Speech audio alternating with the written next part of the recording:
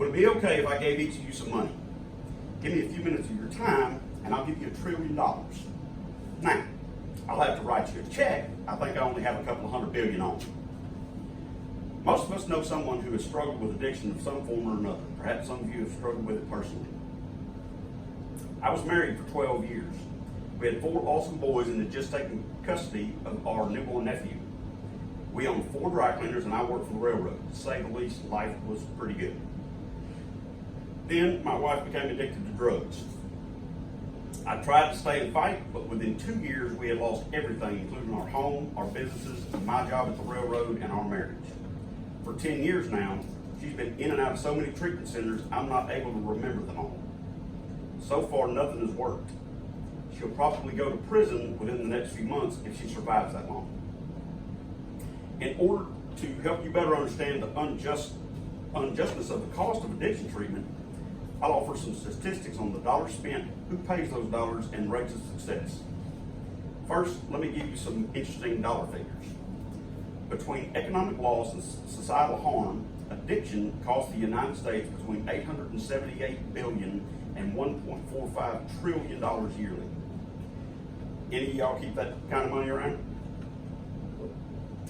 According to Dan Monroe at Forbes.com, an estimated 23 million Americans were addicted to alcohol and or drugs in 2012. Of those, just under 11%, or around 2.5 million, received care in a treatment facility. The estimated cost of treatment for those 2.5 million was approximately $35 billion. $35 billion paid to treatment centers to treat 11% of addicts.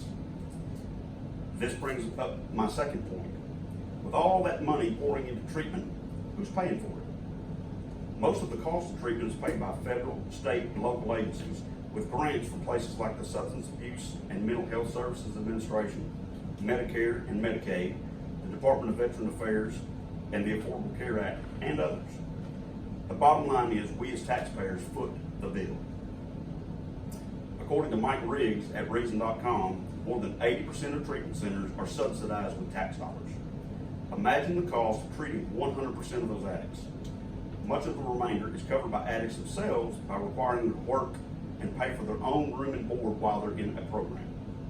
Of course, then there are those few that can afford the cost out of their own pocket.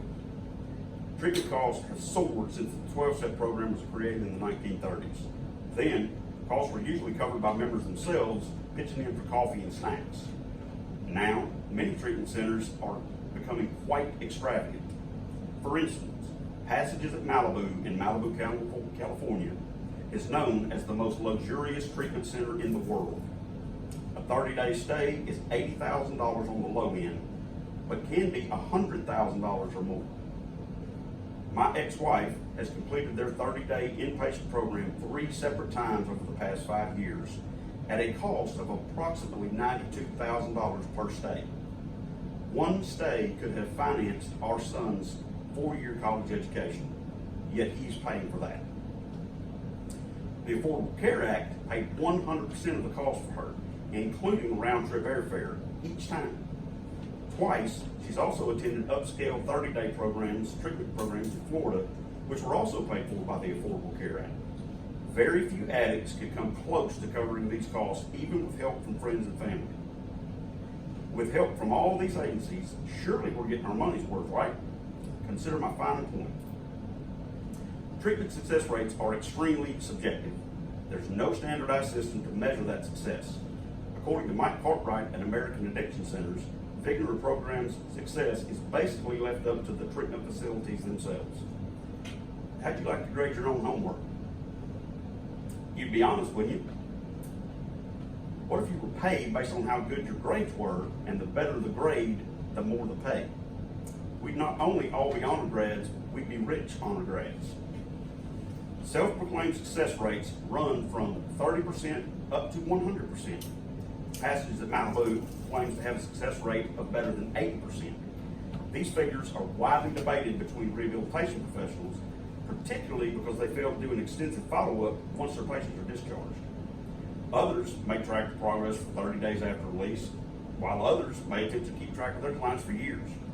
With almost no oversight, some facilities offer a 3-day program with little structure and a certificate of completion at the end of 3 days. There's no tracking after release, so they claim a 100% success rate. I would think there would be substantial incentive to claim an extremely high success rate to attract customers. Maybe for-profit addiction treatment isn't the best idea. It certainly could be perceived as garnering unjust results. To review, I've informed you of some of the economic costs of addiction treatment, where money mainly comes from to pay for it, and how subjective success rates can be. So, if we could perform magic and somehow create a one-size-fits-all process that can be rated objectively, perhaps $1 trillion could go back into our pockets.